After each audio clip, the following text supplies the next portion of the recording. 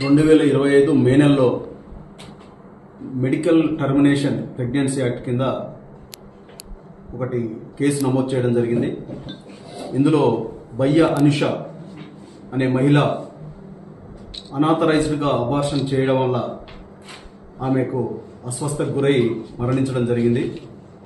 అందులో ఒక 10 మంది వ్యక్తులపై కేసు నమోదు చేయడం జరిగింది. ఇప్పటివరకు దాంట్లో కొంతమందిని అరెస్ట్ చేసి వాళ్ళను రిమాండ్కు తరలించడం జరిగింది. అందులో భాగంగానే ఈరోజు A3గా ఉన్న ముద్దాయి ఎవరైతే ఉన్నారో బాత్కా యాదగిరి అనే వ్యక్తిని, ఇతను ఈ కేసులో 3వ వ్యక్తి మరియు ఇతను పాత్ర ఇందులో కీలకమైంది. ఇతను స్కానింగ్ మిషన్ ద్వారా ఐడెంటిఫికేషన్ చేయడం అనేది ఇతను చేసిన నేరం. మనం ఇతనిది నెకరకల్ ప్రాంతానికి చెందిన వ్యక్తి. ఇతన్ని ఈరోజు మనం నెకరకల్ గ్రామంలో అతని ఇంటి దగ్గర అతన్ని అదుపులోకి తీసుకొని విచారించగా అతను చేసిన నేరాన్ని కూడా అంగీకరించి అతను స్కానింగ్ మిషన్ ద్వారా ఏ విధంగా చేయొచ్చు అనే దాని గురించి చెప్పి అతను చేసిన స్కానింగ్ మిషన్ని కూడా అతను చూపించడం జరిగింది. దాన్ని పంచుల సమక్షంలో ఆ స్కానింగ్ మిషన్ కూడా స్వాధీనం చేసుకోవడం జరిగింది. అతన్ని స్వాధీనం చేసుకున్న తర్వాత నేర అంగీకార పత్రంతో అతన్ని అదుపులోకి తీసుకొని అరెస్ట్ చేయడం జరిగింది.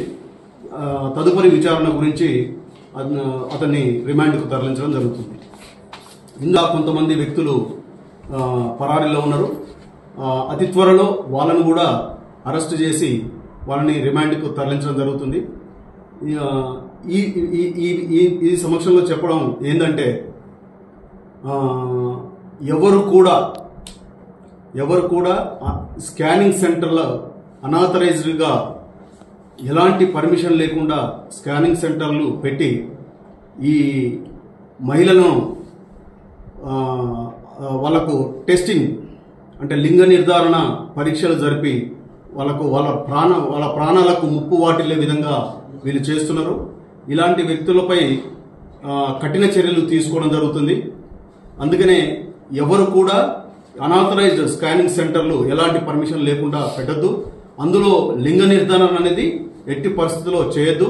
లింగ నిర్ధారణ చేయడం అనేది చట్ట ప్రకారం నేరం, దానికి కఠిన శిక్ష ఉంటుంది.